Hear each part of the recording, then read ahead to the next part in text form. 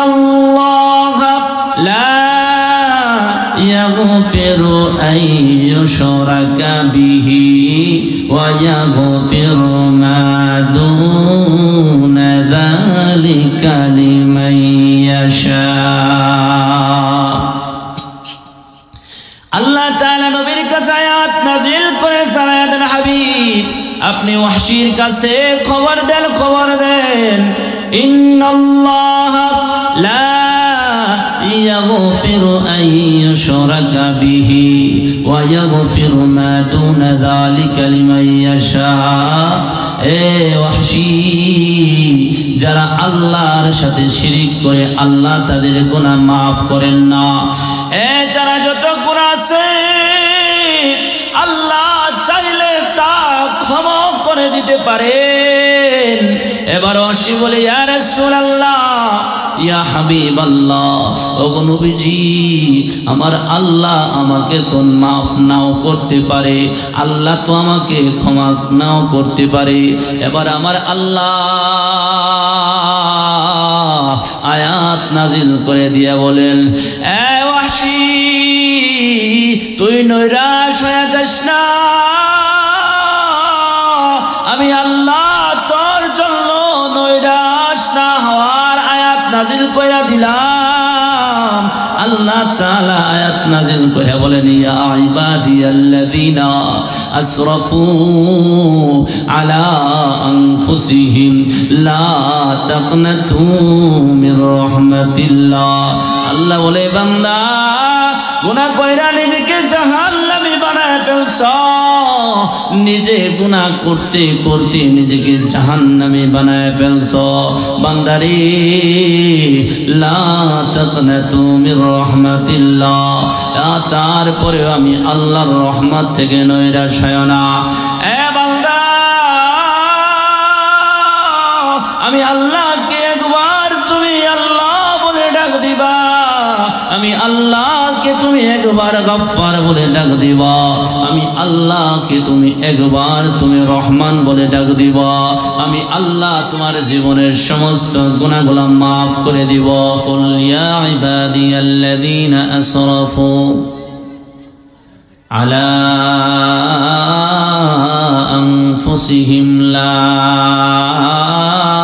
তাকনাতু মির রাহমাতিল্লাহ ইন্নাল্লাহা ইয়াগফিরুয-যুনুবা জামিআ ইন্নাহু হুয়াল গফুরুর রহিম। আমার মুসলমান বাবাজিরা,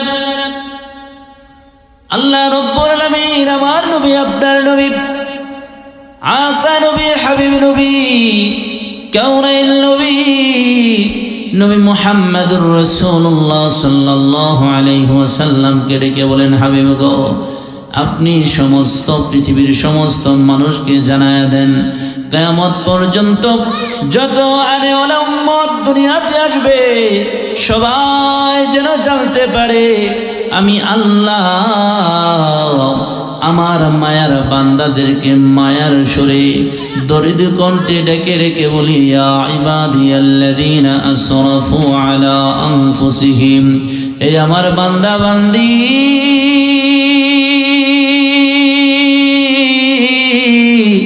যারা অন্যায় করে, জুলুম করে, যারা অপরাধ করে, যারা গুনাহ করে, নিজের নফসের উপরে জুলুম করেছ, নিজেকে জাহান্নামী বানিয়ে ফেলেছ, এ আমার বান্দা বান্দি, লা তাকনাতু মির রাহমাতিল্লাহ, এ আমার বান্দা বান্দি, আমার রহমত থেকে নৈরাশ হও না। ইন্নাল্লাহা ইয়াগফিরুয-যুনুবা জামিআ, আমি আল্লাহ তোমাদের জীবনের সমস্ত গুনাহগুলো মাফ করে দিব। ইন্নাহু হুয়াল গফুরুর রহিম, নিশ্চয় আমি আল্লাহ গফফার, আমি আল্লাহ রহমান। আমার মুসলমান বাবাজিরা, এই যে আয়াত এই আয়াত নাযিল হওয়ার পিছনে একটা প্রেক্ষাপট শানে নজুল আছে। আমার নবী, আপনার নবী, আকা নবী, হাবিব নবী, কাউনাইন নবী, নবী মুহাম্মদুর রাসূলুল্লাহ সাল্লাল্লাহু আলাইহি ওয়াসাল্লামের মুহাব্বতের চাচা আমির হামজা রাদিয়াল্লাহু তাআলা আনহু নবীজির অনেক মুহাব্বতের চাচা ছিল। উহুদের ময়দানে আমির হামজাকে শহীদ করা হয়। আমির হামজাকে উহুদের যুদ্ধে শহীদ করা হয়। আমির হামজা রাদিয়াল্লাহু তাআলা নূর হত্যাকারী ছিলেন ওয়াহশী। নবীজি সাল্লাল্লাহু আলাইহি ওয়াসাল্লাম যখন ওই মক্কা বিজয় করে ফেললেন, মক্কা বিজয় করার পর নবীজি সাহাবায়ে কেরামকে বললেন, সাহাবীরা আমার, আমি মক্কার ভিতরে সাধারণ ক্ষমা ঘোষণা করলাম। আরে আমার সাহাবীরা, আমি মক্কার ভিতরে সাধারণ ক্ষমা ঘোষণা করলাম। মক্কার কাফেরদের উপরে তোমরা কোনো নির্যাতন করবা না, তাদেরকে তোমরা মারবা না। রে আমার সাহাবীরা, তবে কিছু কাফের কুফফারদেরকে আমি ক্ষমা ঘোষণা করলাম না। আরে আমার সাহাবীরা, তাদেরকে যেখানে পাওয়া যাবে সেখানে হত্যা করা হবে। যেখানে তাদেরকে পাইবা সেখানে তাদেরকে হত্যা করে দিবা। আমার মুসলমান বাবাজিরা, ওই যে কয়েকজনকে নবীজি হত্যার আদেশ দিয়েছিলেন, এর মধ্যে একজন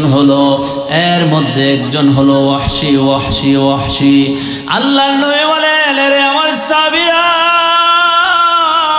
ওয়াহশীকে যেখানে পাওয়া যাবে সেখানে তোমরা ওয়াহশীকে হত্যা করে ফেলবা। কারণ ওয়াহশী আমার চাচা আমির হামজাকে উহুদের ময়দানে শহীদ করে দিয়েছেন। আমার মুসলমান বাবাজিরা, এবার ওয়াহশী মক্কা থেকে পলায়ন করতে চায়। পলায়ন করার সময় কিছু মানুষ ওয়াহশীকে দেখে ফেলে, আর মানুষগুলা ডেকে ডেকে বলে, ওয়াহশী রে, তুমি কোথায় যাও, কোথায় যাও? এবার ওয়াহশী বলে, আমার তো মক্কার ভিতরে ক্ষমা নাই, মক্কা থেকে আমি পলায়ন করতেছি, না জানি কোন সময় মুহাম্মদ আমাকে মেরে ফেলে। এবার লোকগুলা ডাক দিয়ে বলে, ওয়াহশী রে, মুহাম্মদের কাছে তুমি যাও, নিজের জীবনের অপরাধের ব্যাপারে তুমি ক্ষমা চাও, তোমার নিজের গুনার উপরে অনুতপ্ত হইয়া তুমি যদি মুহাম্মদের কাছে যাইতে পারো, মুহাম্মদ তোমাকে ক্ষমা করেও দিতে পারে। এবার ওয়াহশী নবীজির দরবারে একটা আয়াত লিখে পাঠায় দিলেন, মান কাতালা আও আশরাকা আও জানা ইয়ালকা আযামান ইউদাআফু লাহুল আযাবু ইয়াওমাল কিয়ামাহ। ওয়াহশী বলে, ইয়া রাসূলুল্লাহ, ইয়া হাবিবাল্লাহ, ওগো নবীজি, আমি হত্যা করেছি, ব্যভিচার করেছি, আমি শিরক করেছি, ইয়া রাসূলুল্লাহ, আমি তো পাপ করেছি। আর কিয়ামতের ময়দানে যারা দুনিয়াতে অন্যায় করে, অপরাধ করে, কিয়ামতের ময়দানে তাদেরকে দ্বিগুণ শাস্তি দেওয়া হবে। ইয়া রাসূলুল্লাহ, ইয়া হাবিবাল্লাহ, আমি তো সব অন্যায় করেছি, অপরাধ করেছি, তাহলে কি আমার কোনো ক্ষমা নাই? ক্ষমা নাই। এবার আমার আল্লাহ আয়াত নাজিল করে দিয়েছেন, আয়াত নাজিল করে দিয়েছেন। আল্লাহ নবীর কাছে আয়াত পাঠায় দেন, হাবিব আপনি ওয়াহশীর কাছে আয়াতটা পৌঁছায় দেন, ইল্লা মান তাবা ওয়া আমানা ওয়া আমিলা আমালান সালিহা। আল্লাহ তাআলা ওয়াহশীর ব্যাপারে আয়াত নাযিল করে দিয়ে বলেন, ইল্লা মান আমিলা আমালান সালিহা, যারা অন্যায় করার পর, অপরাধ করার পর, ইল্লা মান তাবা, যারা তওবা করবে, ওয়া আমানা, ঈমান আনবে, ওয়া আমিলা আমালান সালিহা, যারা নেক আমল করবে, সৎ কাজ করবে, আমার আল্লাহ তাদের জীবনের সমস্ত জিন্দেগানির গুনাহগুলো মাফ করে দিবেন। এবার ওহশী আল্লাহ নবীর কাছে চিঠি পাঠায়, ইয়া রাসূলুল্লাহ, ইয়া হাবিবাল্লাহ, ও নবীজি, এখানে তো অনেক শর্ত শারায়াত, এগুলো আমার দ্বারা না হইতে পারে। ইয়া রাসূলুল্লাহ, নবীজি গো, এত শর্ত শারায়াত তো আমি পালন করতে পারবো না। এবার আমার আল্লাহ আয়াত নাযিল করে জানায় দেন, ইন্নাল্লাহা লা ইয়াগফিরু আন ইউশরাকা বিহি ওয়া ইয়াগফিরু মা দুনা যালিকা লিমান ইয়াশা। আল্লাহ তাআলা নবীর কাছে আয়াত নাযিল করে জানায় দেন, হাবিব, আপনি ওহশীর কাছে খবর দেন, ইন্নাল্লাহা লা ইয়াগফিরু আন ইউশরাকা বিহি ওয়া ইয়াগফিরু মা দুনা যালিকা লিমান ইয়াশা। এ ওহশী, যারা আল্লাহর সাথে শিরিক করে আল্লাহ তাদের গুনাহ মাফ করেন না। যারা যত গুনাহ আছে আল্লাহ চাইলে তা ক্ষমা করে দিতে পারেন। এবার ওহশী বলে, ইয়া রাসূলুল্লাহ, ইয়া হাবিবাল্লাহ, ওগো নবীজি, আমার আল্লাহ আমাকে তো মাফ নাও করতে পারে, আল্লাহ তো আমাকে ক্ষমা নাও করতে পারে। এবার আমার আল্লাহ আয়াত নাযিল করে দিয়ে বলেন, এ ওহশী, তুই নৈরাশ হয়ে যাস না, আমি আল্লাহ তোর জন্য নৈরাশ না হওয়ার আয়াত নাযিল কইরা দিলাম। আল্লাহ তাআলা আয়াত নাযিল করে বলেন, ইয়া ইবাদিয়াল্লাযীনা আসরাফু আলা আনফুসিহিম লা তাকনাতু মির রাহমাতিল্লাহ। আল্লাহ বলে, বান্দা, গুনাহ কইরা নিজেকে জাহান্নামী বানায় ফেলছ, নিজে গুনাহ করতে করতে নিজেকে জাহান্নামী বানায় ফেলছ। বান্দারে, লা তাকনাতু মির রাহমাতিল্লাহ, তারপরেও আমি আল্লাহর রহমত থেকে নৈরাশ হয় না। এ বান্দা, আমি আল্লাহকে একবার তুমি আল্লাহ বলে ডাক দিবা, আমি আল্লাহকে তুমি একবার গফফার বলে ডাক দিবা, আমি আল্লাহকে তুমি একবার তুমি রহমান বলে ডাক দিবা, আমি আল্লাহ তোমার জীবনের সমস্ত গুনাহগুলো মাফ করে দিব। বাদশাহ জুরমে মারা দরগুজার, বাদশাহ জুরমে মারা दरगुजार माँ गुनाहगारी में तू आमरज़गार तूने को कारियो माँ बद कर देगी जुर्म बे अंदाज बेहद कर देगी। आर मुसलमान बाबाजीरा निजेर अन्यायर अपराधेर उपरे निजेर गुनार उपरे अनुतप्त हইয়া আল্লাহর কাছে মাপ চাইলে আমার আল্লাহ অবশ্যই অবশ্যই ক্ষমা করবেন। আমার নবী আপনার নবী বিশ্ব নবী মুহাম্মদুর রাসূলুল্লাহ সাল্লাল্লাহু আলাইহি ওয়াসাল্লাম একদিন আল্লাহর কাছে দুইটা হাত তুলে দোয়া করে, আল্লাহ আমি তোমার কাছে দুইজন ব্যক্তি থেকে একজন ব্যক্তিকে চাই। আয় রব্বুল আলামিন, হয়তো তুমি আবু লাহাবকে মুসলমান বানায়া দাও, আর না হয় দাহিয়াতুল কলবিকে মুসলমান বানায়া দাও। দুইজন থেকে একজনকে যদি মুসলমান বানায়া দাও তাহলে ইসলামের অনেক উপকার হবে। আমার আল্লাহ আয়াত নাজিল করে জানায় দেন হাবিব, ওহী নাজিল করে বলেন হাবিব গো, আপনার দরবারে দাহিয়াতুল কলবি আসবে। দাহিয়াতুল কলবিকে আপনি কালিমা পড়ে মুসলমান বানায়া দিলেন। এবার পরের দিন নবীজির দরবারে দাহিয়াতুল কলবি আসলেন। নবীজি নিজের চাদর মোবারকটা বিছায়া দিলেন। এবার দাহিয়াতুল কলবি আসিয়া নবীর চাদরটা হাতে নিয়া একবার চুমু খায়, একবার মাথায় লাগায়, আবার ডাকতে বলে ইয়া রাসূলুল্লাহ, ইয়া হাবিবাল্লাহ, ওগো নবীজি, এই চাদরে আমার বসার মতো যোগ্যতা হয় না, এটা তো আমার বসার জায়গা না, এটা হলো আমার চুমু খাওয়ার জায়গা, এটা হলো আমার মাথার এটা হলো আমার মাথার মধ্যে রাখার যায় আমার জিনিস। ইয়া রাসূলুল্লাহ, এটার মধ্যে আমি বসতে পারবো না। এবার নবীজি দাহিয়াতুল কলবিকে কালিমা লা ইলাহা ইল্লাল্লাহ, লা ইলাহা ইল্লাল্লাহ, লা ইলাহা ইল্লাল্লাহ, লা ইলাহা ইল্লাল্লাহ, মুহাম্মাদুর রাসূলুল্লাহ সাল্লাল্লাহু আলাইহি ওয়াসাল্লাম। দাহিয়াতুল কলবিকে কালিমা পড়ায়া নবীজি মুসলমান বানায়া দিছি।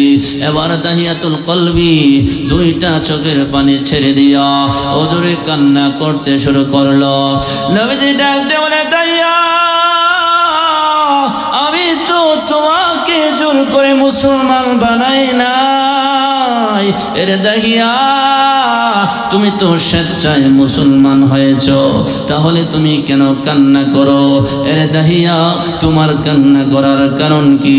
এবার দাহিয়াতুল কলবে ডাক দিয়ে বলেন, ইয়া রাসূলুল্লাহ, ইয়া হাবিবাল্লাহ, ওগো নবীজি, আমি মুসলমান হয়েছি, এই জন্য কান্না করি না। ইয়া রাসূলুল্লাহ, ইয়া হাবিবাল্লাহ, ওগো নবীজি, কয়েক বছর পূর্বে আমি আমার বাড়ি থেকে সফরের জন্য রওনা হয়ে গেলাম। আমি রওনা হওয়ার সময় আমার বিবিটা প্রেগনেন্ট ছিল। আমি আমার বিবিকে বলেছিলাম, বিবিরে, তোমার গর্ভে যে সন্তানটা আছে, এই সন্তানটা যদি ছেলে সন্তান হয়, এই সন্তানকে তুমি লালন পালন করবা, আর যদি মেয়ে সন্তান হয়, এই সন্তানকে তুমি দাফন করে ফেলবা, তুমি তাকে লালন পালন করবা না। এই বিবি, তুমি ছেলে সন্তান হইলে তাকে লালন পালন করবা, মেয়ে সন্তান হইলে লালন পালন করবা না। আমার মুসলমান বাবাজিরা, এখানে লম্বা আলোচনা আছে, কিন্তু সময় সংক্ষিপ্ত থাকার কারণে আমি এই দিকে যাব না। আমাদের সমাজে মেয়ে সন্তান হলে এই মেয়ে সন্তানকে এখনো পর্যন্ত নিজের জন্য অনেক কিছু মনে করা হয়, যে বলা হয় মেয়ে সন্তান হয়েছে বা ভাগ্য নিয়ে আসতে পারে নাই, এরকম ভাবে আরো অনেক খারাপ খারাপ কথা বলে। যেই মেয়েটার ঘরে যে স্ত্রীর ঘরে মেয়ে সন্তানটা জন্মগ্রহণ করেছি, এই মেয়ে সন্তানের উপরে অনেক জুলুম আর নির্যাতন হয়। ছেলে সন্তান হইলে মানুষগুলা খুশি হয়ে যায়। এই নিয়মটা ছিল জাহিলিয়াতের যুগে। জাহিলিয়াতের যুগে যখন কোনো মেয়ে সন্তান জন্মগ্রহণ করত, ওই মেয়ে সন্তানটাকে নিজের জন্য কালিমা, নিজের জন্য দোষী মনে করত। আমার মুসলমান বাবাজিরা, দাহিয়াতুল কলবি বলে, ইয়া রাসূলুল্লাহ, ইয়া হাবিবাল্লাহ, ওগো নবীজি, আমি সফরে বের হওয়ার সময় আমার বিবিকে বলেছিলাম, বিবিরে, ছেলে সন্তান হইলেই তুমি তাকে লালন পালন করবা, আর মেয়ে সন্তান হইলে তাকে দাফন করে ফেলবা, মেরে ফেলবা। ইয়া রাসূলুল্লাহ, কয়েক বছর পরে যখন বাড়িতে আসলাম, বাড়িতে আসার পরে দেখতেছি আমাকে ছোট্ট একটা চাঁদের মতো ফুটফুটে সুন্দর মেয়ে আমাকে বারবার আব্বুজি আব্বুজি বলে ডাকতেছে। ইয়া রাসূলুল্লাহ, আমি যখন জানতে পারলাম মেয়েটা আমার মেয়েকে আমি রশি নিয়া আমার মেয়েটাকে সাথে নিয়া আমি পাহাড়ের চূড়ার দিকে রওনা হয়ে গেলাম। ইয়া রাসূলুল্লাহ, পাহাড়ের চূড়ার দিকে আমি হাঁটতে লাগলাম। আমার মেয়েটা বারবার আমাকে প্রশ্ন করে, আব্বুজি কোথায় যান, কোথায় যান? আব্বুজি আমাকে নিয়ে কোথায় রওনা হলেন? আমি কোনো কথা বলি না। ইয়া রাসূলুল্লাহ, পাহাড়ের চূড়ায় গিয়া আমি আমার মেয়েটা আমি যখন কোদাল দিয়ে গর্ত করতে শুরু করলাম, ইয়া রাসূলুল্লাহ, আমার শরীর থেকে গামগুলা জড়জড় করে পড়তেছে, আর আমার মেয়েগুলা গামগুলা মুছে দিচ্ছে আর বলতেছে, আব্বুজি গর্ত করেন কেন, গর্ত করেন কেন? এবার আমার যখন গর্ত খোঁড়া শেষ হয়ে গেছে, আমার মেয়েটাকে ধরে আমি গর্তে নিক্ষেপ করে আমি জীবিত দাফন করে দেওয়ার জন্য মাটিগুলা দিচ্ছি। আমার মেয়েটা বারবার ডাকে আর বলে, আব্বুজি,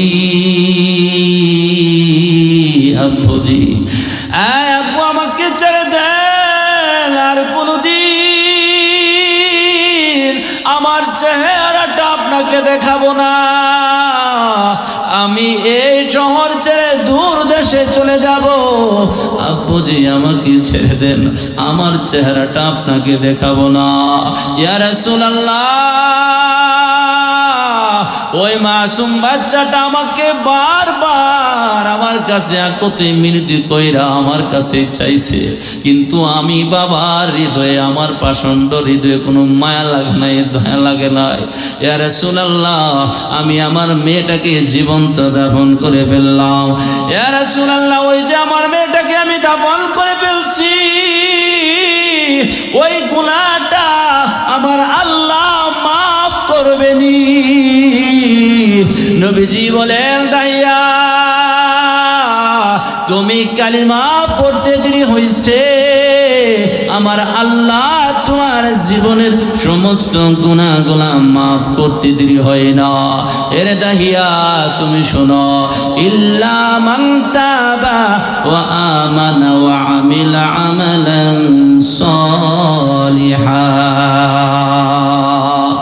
আমার মুসলমান বাবাজিরা, আমি বলতেছিলাম দাহিয়াতুল কলবি নবীকে ডাক দিয়া বলে, নবীজি আমার আল্লাহ আমার গুনাহ মাফ করবেনি। এবার নবীজি ডাক দিয়ে বলে, দাহিয়া তুমি কালিমা পড়তে দেরি হয়েছে, আমার আল্লাহ তোমার গুনাহ মাফ করতে দেরি হয় নাই। ইল্লা মান তাবা ওয়া আমানা ওয়া আমিলা আমালান সালিহা। এ দাহিয়া, ঈমান আনার পর, তওবা করার পর নেক আমল করলে আমার আল্লাহ জীবনের সমস্ত গুনাহ মাফ করে দেয়। এ দাহিয়া, শুধু তাই না, একটা মানুষ নিজের জীবনে অন্যায় করেছে, জুলুম করেছে, অপরাধ করেছে, নিজে গুনাহ করতে করতে নিজের জীবনটাকে জাহান্নামী বানিয়ে ফেলছে, আমার আল্লাহ ওই গুনাহগার বান্দার জন্য আশার প্রদীপ জ্বালায় দেয়। আমার আল্লাহ বলে, বান্দা লা তাকনাতু মির রাহমাতিল্লাহ। আরে বান্দা, তুমি গুনাহ করছো, অপরাধ করছো, কিন্তু আমি আল্লাহর রহমত থেকে নৈরাশ হয়ো না। ইন্নাহু হুয়াল গফুরুর রহিম। বান্দারে, আমি আল্লাহ রহমান, আমি আল্লাহ রহিম। আমি আল্লাহকে একবার তুমি আল্লাহ বলে ডাক দিবা, আমি আল্লাহকে একবার গফফার বলে ডাক দিবা, আমি আল্লাহ তোমার